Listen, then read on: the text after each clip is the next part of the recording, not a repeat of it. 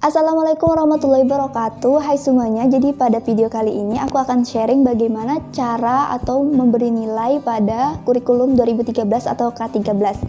Nah, cara penilaian K13 yang aku pelajari ini adalah berasal dari tempat aku mengajar atau sekolah atau di daerah aku, kota aku. Bisa jadi di antar sekolah itu pun terdapat perbedaan dalam menilai. Nah, aku nggak tahu apakah ini sudah benar dan tepat. Kalau misalnya ada yang berbeda atau ada koreksi, kita akan diskusi di kolom komentar ya. Sebelumnya, buat kalian yang belum tahu, K13 itu berbeda dengan KTSP. Kalau KTSP itu kita ambil nilainya itu berdasarkan satu bab dalam buku-bukunya kan, satu bab ambil nilai 1 gitu. Nah, kalau K13 itu berdasarkan KD. Di dalam buku K13 itu namanya bukan bab lagi tapi pelajaran. Tapi sama aja sih, bab 1 misalnya diganti cuman kayak pelajaran 1. Nah, dalam satu pelajaran itu kita bisa mengambil nilai 2 atau 3 karena di dalam satu pelajaran itu atau satu bab itu bisa terdapat 2 atau 3 materi yang berbeda atau 2 atau 3 materi KD yang berbeda. Misalnya pelajaran 1 itu terdapat 2 KD, 3.1 dan 3.2. Ini pasti materinya bakalan berbeda dan kita harus mengambil nilai 2 kali dalam satu pelajaran ini. Mengambil nilainya itu bukan cuma dari ulangan harian. Jadi kita mengambil nilainya itu dari tugas atau latihan soal yang kita berikan. Berarti dalam satu pelajaran ini kita bisa memberi minimal 2 kali latihan soal. Itu untuk nilai pengetahuannya. Ada juga nilai keterampilannya sama, bisa jadi itu nilai keterampilan itu mengikuti nilai pengetahuan kan. Kalau misalnya satu bab itu terdapat 2 KD, maka 2 KD juga nilai keterampilannya. Maka kita harus mengambil nilai keterampilannya 2 kali dalam satu bab. Bisa juga satu bab itu cuma terdapat 1 KD ya. Itu semua tuh sudah diatur dari pusat ya, misalnya satu bab ini tuh terdapat berapa KD, satu bab itu terdapat berapa KD. Nah, itu sudah diatur dari pusat. Dan selain latihan soal untuk mengambil nilai itu, sebenarnya udah nggak ada lagi yang namanya ulangan harian ya di K13.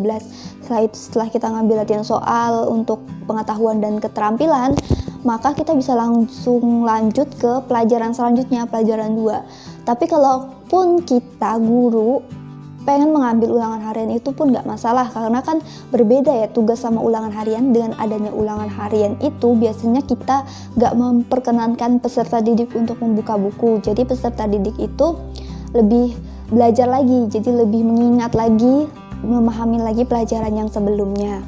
Untuk penilaiannya aku sudah punya sebuah buku khusus untuk penilaian, jadi ini terkumpul jadi satu. Ini agak ribet, kenapa? Karena kita harus menggaris-garis, mencatat di dalamnya. Tapi dengan buku penilaian seperti ini, jadi kayak kagak mudah hilang gitu ya. Berbeda kalau kita ngeprint itu lebih simpel dan praktis, tapi lebih mudah, lebih rentan untuk hilang ya dibandingkan dengan buku. Aku bakalan tunjukin bagaimana isi buku aku menilai, dan ini aku buat sendiri berdasarkan kenyamanan aku dalam mengambil nilai ya. Jadi urutan segala tabelnya itu nggak baku, sesuai dengan kenyamanan kita aja. Guru nyamannya itu seperti apa bentukan kita membuat daftar nilainya.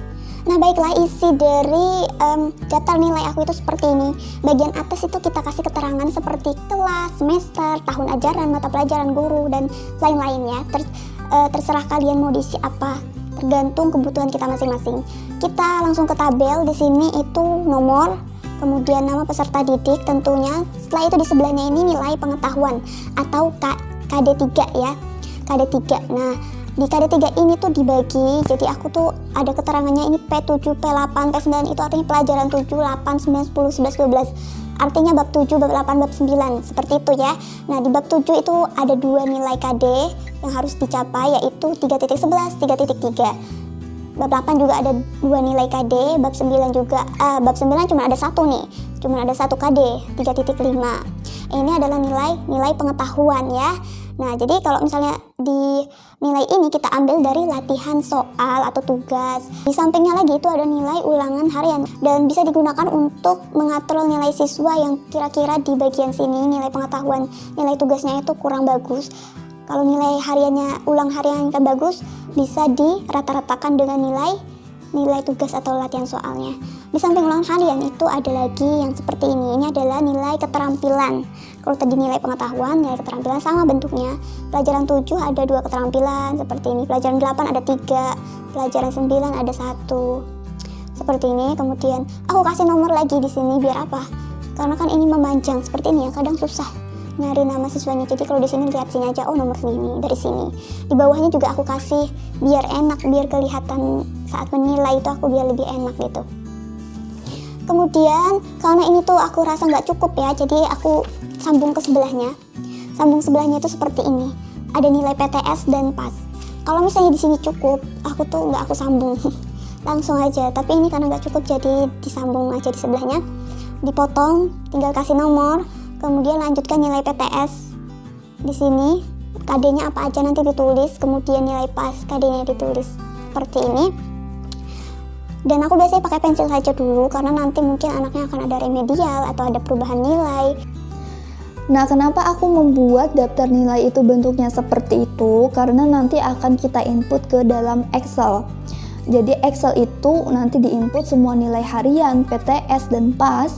Nanti akan kita olah menjadi nilai akhir. Nah, nilai akhir itu nanti ada cara menghitungnya bagaimana, dan untuk Excelnya, untuk tutorial bagaimana cara menginputnya, bagaimana Excelnya untuk mencari nilai akhir peserta didik, nanti nilai akhirnya itu akan kita serahkan ke wali kelas atau yang akan ada di rapot.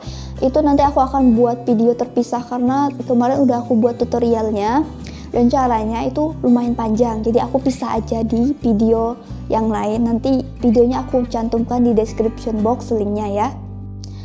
Nah, kira-kira seperti itu untuk K13. Dan untuk membuat soal ulangan, karena ulangannya itu kita buat per KD.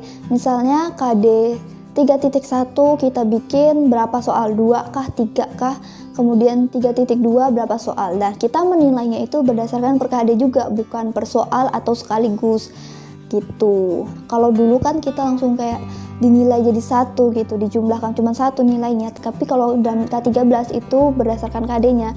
Kalau dalam satu semester itu ada 5 KD, maka ada 5 nilai ulangan. Nah, menurut aku sih seperti itu yang aku pahami dan aku pelajari bagaimana penilaian di K13. Sebenarnya simple sih, menurut aku mudah dan sederhana. Tapi lebih sederhana lagi di KTSP. Dulu kan tinggal satu nilai aja langsung masuk.